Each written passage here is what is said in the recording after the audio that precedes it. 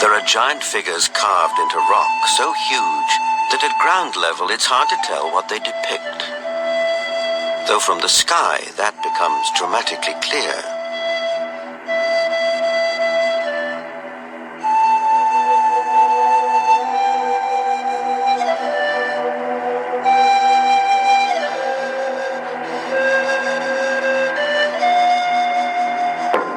This one in Chile, known as Cerro Unitas, at over 300 feet high, is believed to be the largest representation of a human-like figure in the world.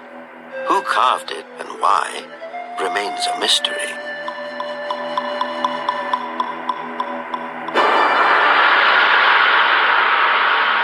Half a world away, in the United Kingdom, other giant figures stare up into the sky.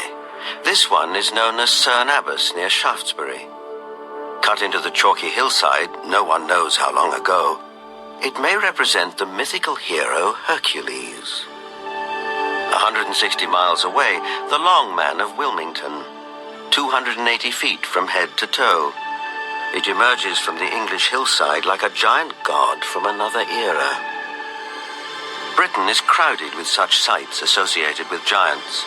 An authority on English folklore and the giants of Britain is Jennifer Westwood. In the beginning, in Britain, it was inhabited only by giants. And in those days, it was called Albion. And after the fall of Troy, a hero called Brutus came here with all his men and decided to conquer Albion. And so they battled for a bit with all these very savage giants. And they slew most of them.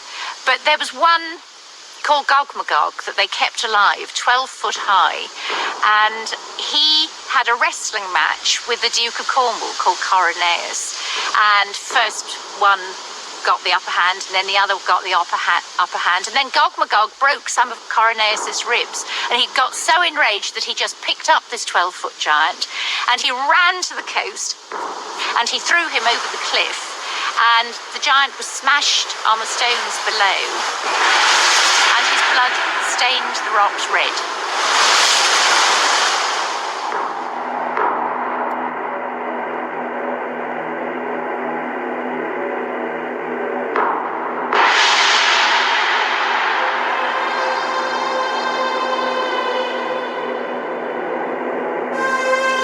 Giants also figure in the mythology of Stonehenge, arguably the most famous megalithic structure in the world. These massive standing stones, the largest 30 feet tall and weighing 50 tons, were erected here thousands of years ago. The early Britons called the stone circle the Giant's Dance and believed giants had built it. Who really built Stonehenge and how they did it are enduring mysteries. Perhaps in the end, we have to turn to legends for an answer.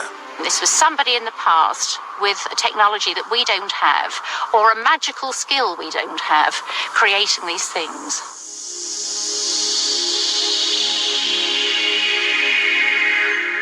The spiral-shaped Gilgal Rephaim is situated in the Golan Heights, 50 miles from Damascus.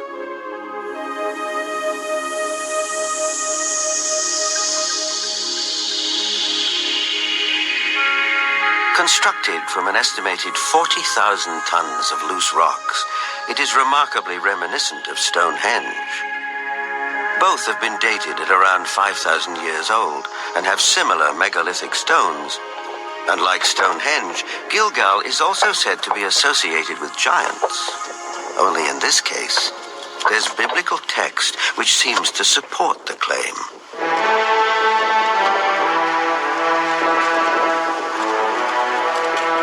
Israeli archaeologist Daniel Herman is investigating the newly opened grave.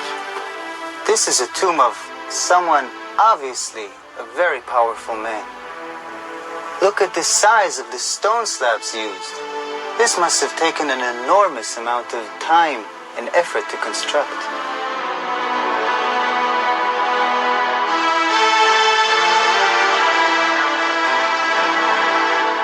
When the Israelites came here and wrote their Bible, it was already here. They saw it.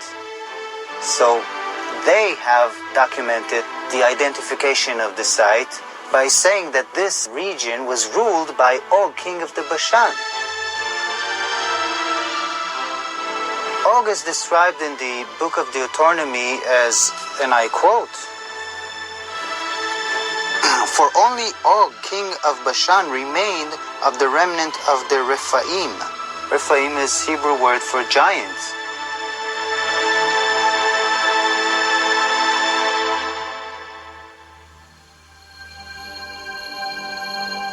The surface of our planet is strewn with gigantic constructions dating back thousands of years.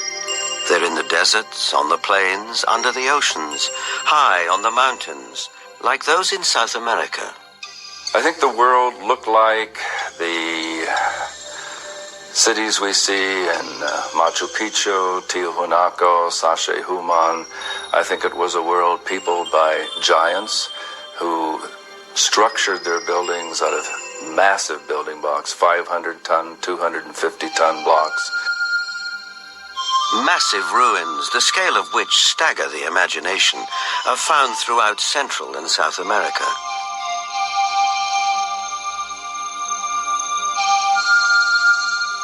Even a skeptic might be tempted to ask, who could have built these architectural wonders, if not a race of giants? People of the Mediterranean island of Malta have an ancient belief that their island was known as the last stronghold of the giants of Europe. An explorer who has made a lifelong study of megalithic structures is the best-selling author of The Eyes of the Sphinx, Eric von Daniken. Malta has gigantic temples. They date really back to the past. Nobody knows exactly, but 5,000 years at least BC. And one of the temple in Gozo still today has the name, the Temple of Giant, Gigantia, they call it there. A local legend says the temple was built by the giantess Sansuna. The blocks are so huge, so heavy, that no normal human being could have moved it. In Bolivia, only 30 kilometers from Lake Titicaca, there are gigantic stone platforms all over the place. The largest of it was once 29 meters long. Its weight has been calculated with 900 tons. Now, this is on a place where we are 4,100 meters high in the Andes, which means there are no trees, no wood, nothing. It is not possible to transport a 900-ton platform without any wooden rollers. Even with wooden rollers, it would be extremely complicated. So these facts are here. You can see them, touch them, photograph them, but there is no explanation for it. For sure, the pre-Inca Indians, the Aymara, were not able to move it. So what is it? What's the result? We don't know. On many places on Earth, we find structures which could be related or to ETs, to a technology which we do not understand, or to giants. ETs, giants, a secret technology. Believers take it in their stride. Here's the best-selling author of Architects of the Underworld, Bruce Rux. The architects are that race or those races who built all the megaliths in the old world, the pyramids, Stonehenge. They are the people who walked before us, the ones who inhabited this world before we did. We have called them gods. We've sometimes called them giants. They left their handiwork behind, and we have not been able to duplicate it. We've only reached the point now where we can really appreciate it. In Lebanon, 44 miles from Beirut, are the imposing ruins of Baalbek. There is mention of this place in the Old Testament's Book of Kings. Baalbek in particular is a very good example. That has the trilithon. Those are the largest stones in the world ever used for construction. They're so large we don't even know their actual weight. Those stones were somehow quarried, moved 5 miles, lifted 25, 30 feet in the air, and placed together so closely that you can't fit a razor blade or a piece of paper in between them. We have no idea how they did it. We don't have a crane in the world that can lift weights anywhere near what those things are. No one knows for sure, But according to Arab tradition, the earliest temples were built here after the Great Flood by a tribe of giants for the biblical king Nimrod.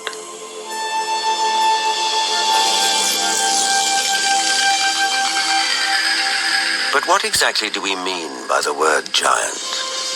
Bloodthirsty monsters like the one-eyed Cyclops of Homer's Odyssey? Or the fee-fi-fo-fum ogres of children's fairy tales? Or could it also include peaceable giants, living as you and I do, walking the streets of our cities in the full